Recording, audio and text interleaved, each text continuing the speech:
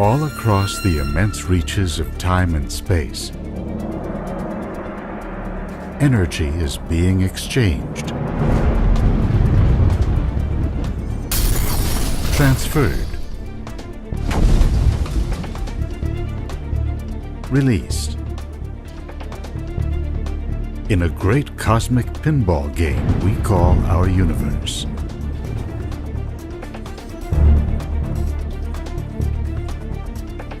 How does energy stitch the cosmos together? And how do we fit within it? We now climb the power scales of the universe. From atoms, nearly frozen to stillness, to Earth's largest explosions. From stars, colliding, exploding, to distant realms so strange and violent, they challenge our imaginations. Where will we find the most powerful objects in the universe?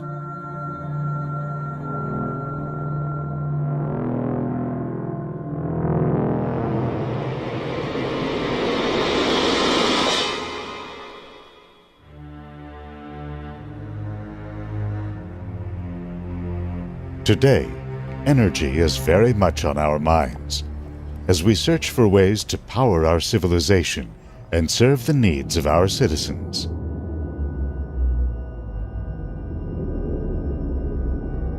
But what is energy? Where does it come from? And where do we stand within the great power streams that shape time and space?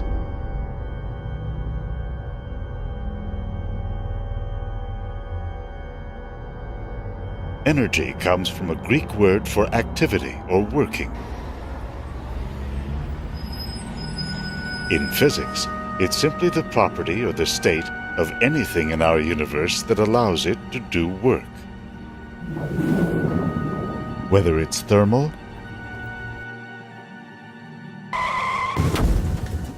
kinetic,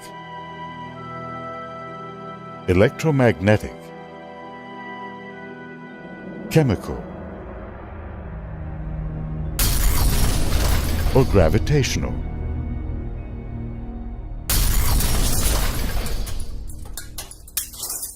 The 19th century German scientist Hermann von Helmholtz found that all forms of energy are equivalent, that one form can be transformed into any other.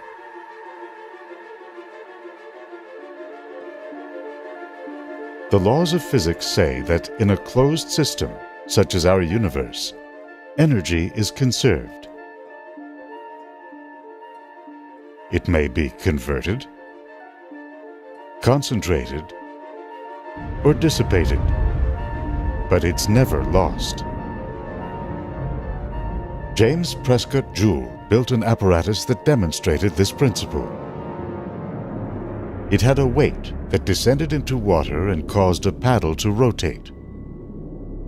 He showed that the gravitational energy lost by the weight is equivalent to heat gained by the water from friction with the paddle. That led to one of several basic energy yardsticks called a joule. It's the amount needed to lift an apple weighing 100 grams 1 meter against the pull of Earth's gravity. In case you were wondering, it takes about 100 joules to send a tweet. So tweeted a tech from Twitter. The metabolism of an average-sized person going about their day generates about 100 joules a second, or 100 watts, the equivalent of a 100-watt light bulb. In vigorous exercise, the power output of the body goes up by a factor of 10, one order of magnitude, to around 1,000 joules per second, or 1,000 watts.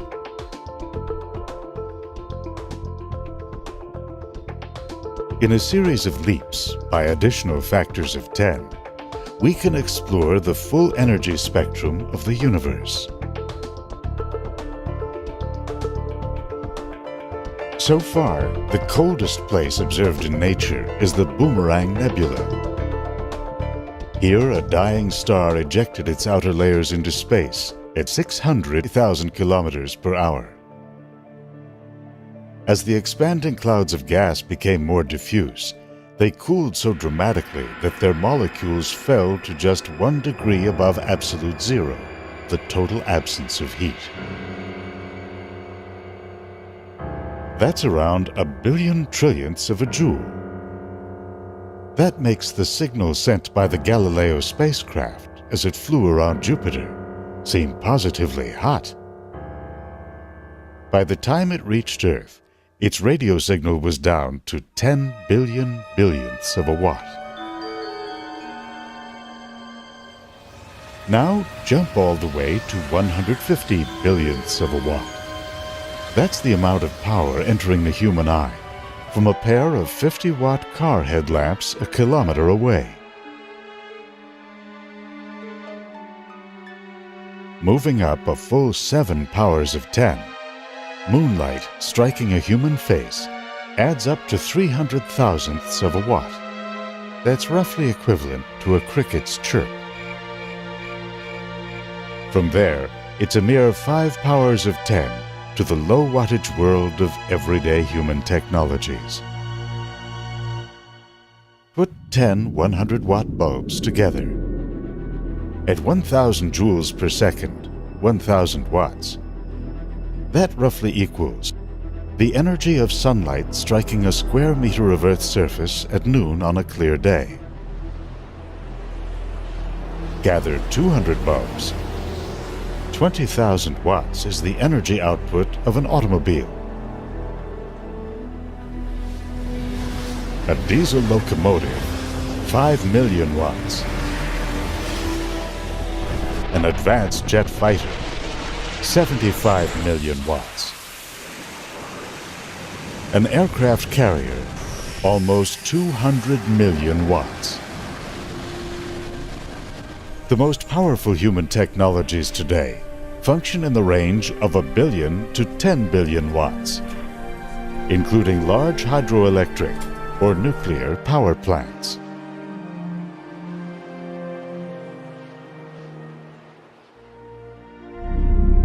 At the upper end of human technologies was the awesome first stage of a Saturn V rocket. In 5 separate engines, it consumed 15 tons of fuel per second to generate 190 billion watts of power.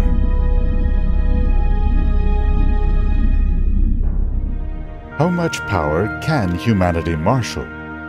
And how much do we need? Long before the launch of the space age, visionaries began to imagine what it would take to advance into the community of galactic civilizations.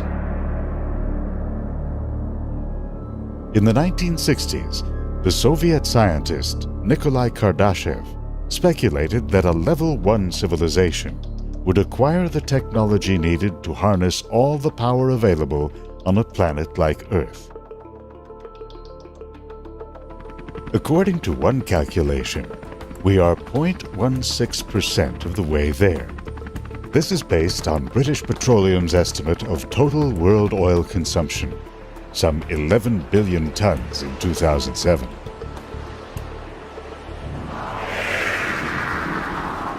Humans today generate about 2.5 trillion watts of electrical power.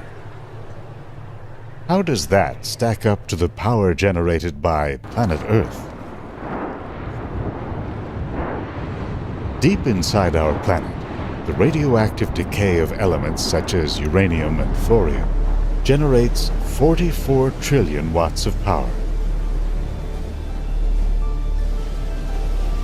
As this heat rises to the surface, it drives the movement of Earth's crustal plates and powers volcanoes. Remarkably, that's just a fraction of the energy released by a large hurricane in the form of rain.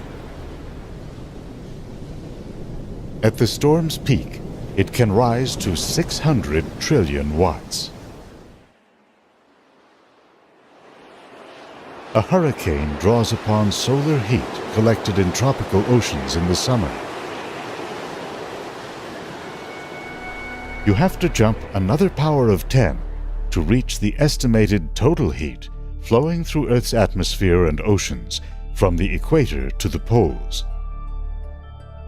And another 2 to get the power received by the Earth from the Sun at 174 quadrillion watts. Believe it or not, there's one human technology that has exceeded this level. The AN-602 hydrogen bomb was detonated by the Soviet Union on October 30th, 1961.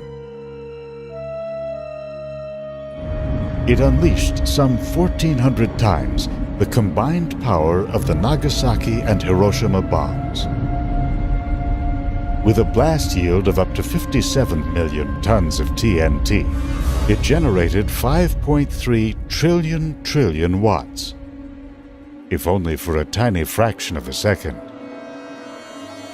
That's 5.3 yottawatts, a term that will come in handy as we now begin to ascend the power scales of the universe.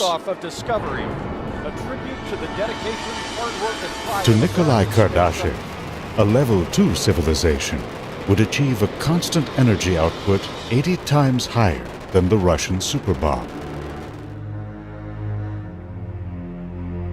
That's equivalent to the total luminosity of our Sun, a medium-sized star that emits 375 yottawatts. However, in the grand scheme of things, our Sun is but a cold spark in a hot universe.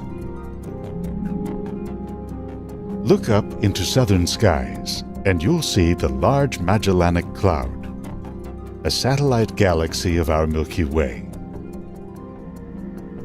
Deep within is the brightest star yet discovered. R136A1 is 10 million times brighter than the Sun. Now, if that star happened to go supernova, at its peak, it would blast out photons with a luminosity of around 500 billion yottawatts. To advance to a level 3 civilization, you have to marshal the power of an entire galaxy.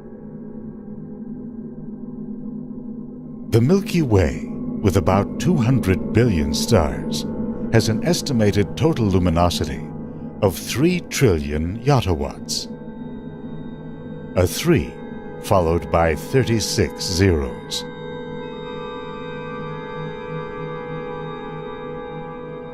The author Isaac Asimov imagined a galaxy-scale civilization in his Foundation series.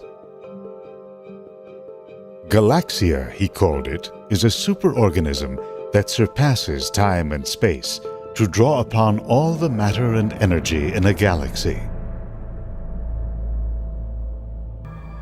But who's to say that's the upper limit for civilizations?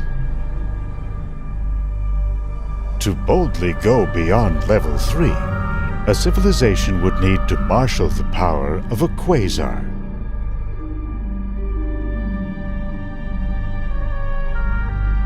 A quasar is about 1,000 times brighter than our galaxy. Here is where cosmic power production enters a whole new realm, based on the physics of extreme gravity. It was Isaac Newton who first defined gravity as the force that pulls the apple down and holds the Earth in orbit around the Sun. Albert Einstein redefined it in his famous general theory of relativity. Gravity isn't simply the attraction of objects like stars and planets, he said, but a distortion of space and time, what he called space-time. If space-time is like a fabric, gravity is the warping of this fabric by a massive object like a star. A planet orbits a star when it's caught in this warped space, like a ball spinning around a roulette wheel. Some scientists began to wonder, if matter became dense enough, could it warp space to such an extreme that nothing could escape its gravity, not even light?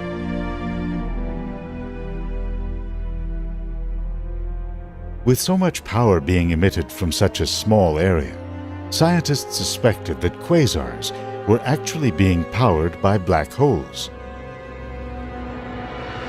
How a totally dark object can do this has been narrowed by decades of observations and theory.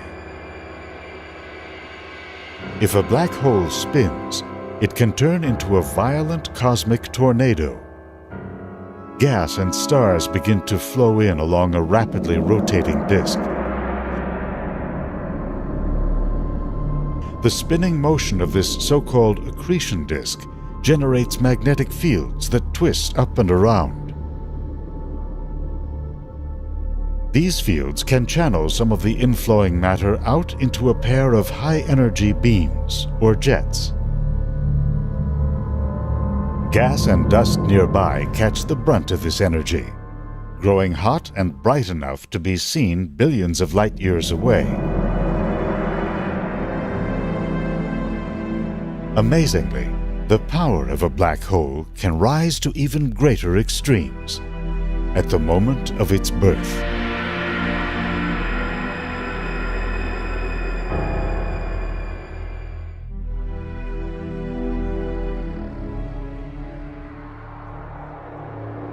As a giant star ages, heavy elements like iron gradually build up in its core. As its gravity grows more intense, the star begins to shrink until it reaches a critical threshold.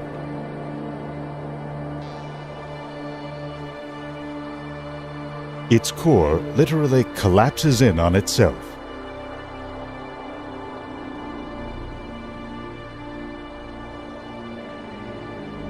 That causes the star to explode in a supernova. And now, in death, the star can unleash gravity's true fury.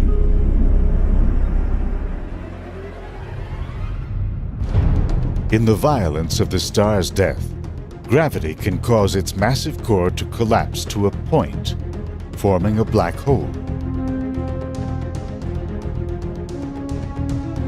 In some rare cases, the newborn monster powers a jet that accelerates to within a tiny fraction of the speed of light.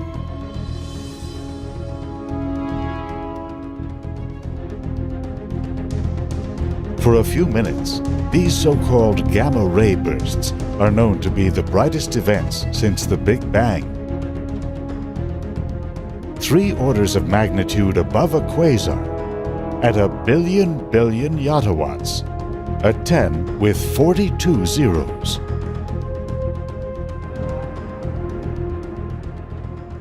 Remarkably, they are still not the most powerful events known. Albert Einstein's equations contained an astonishing prediction: that when massive bodies accelerate or whip around each other, they can stir up the normally smooth fabric of space-time. They produce a series of waves that move outward, like ripples on a pond.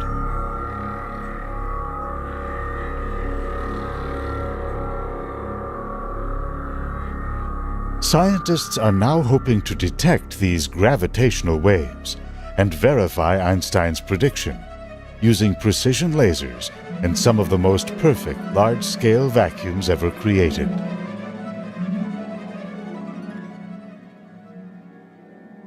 At the Laser Interferometry Gravitational Wave Observatory, known as LIGO, they are hoping to record the collision of ultra-dense remnants of dead stars known as neutron stars and of black holes.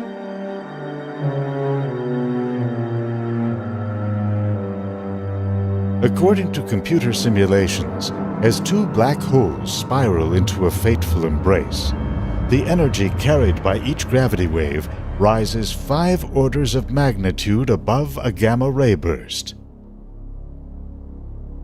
to 100 billion trillion times the power of our Sun.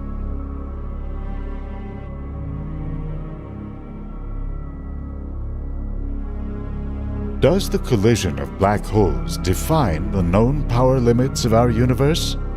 Perhaps not. As turbulent as the environment of a black hole might be, its true power may well lie deep in its core. A black hole's mass is enshrouded within a dark sphere called the event horizon. Since the 1920s, scientists have described the mathematics of the event horizon as the equivalent of a waterfall. It's the point of no return, beyond which water falls freely into the gorge.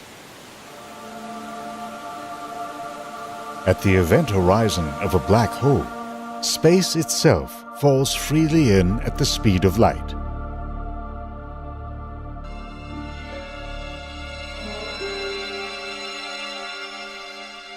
If the black hole is spinning, then the flow spirals down and around an inner horizon that envelops the singularity. That's the central region where space-time becomes infinitely warped. Any matter that rides this river of space whips around the inner horizon so fast that centrifugal force tends to fling it back out.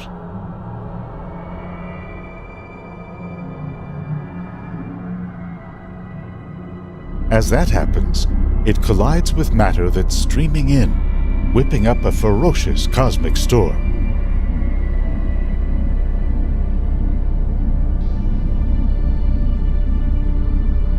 The energy of the colliding stream feeds upon itself, rising to what may well be a limit imposed by nature. It dissipates only as it falls into the singularity and disappears.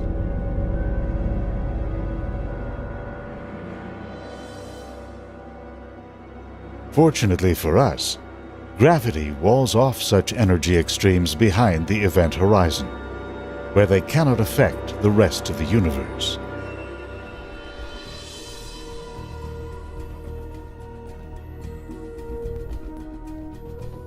And so here we sit. Our world is nestled within a vast stream of cosmic energy, somewhere between the spin of an electron and the maelstrom of a black hole. There's no telling whether a future Earth civilization will be able to harness enough energy to advance into the cosmos.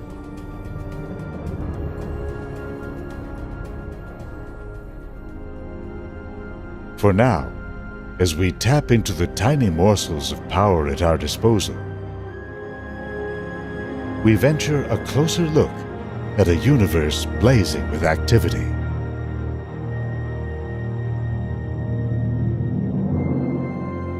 We are its product, and its starstruck admirer.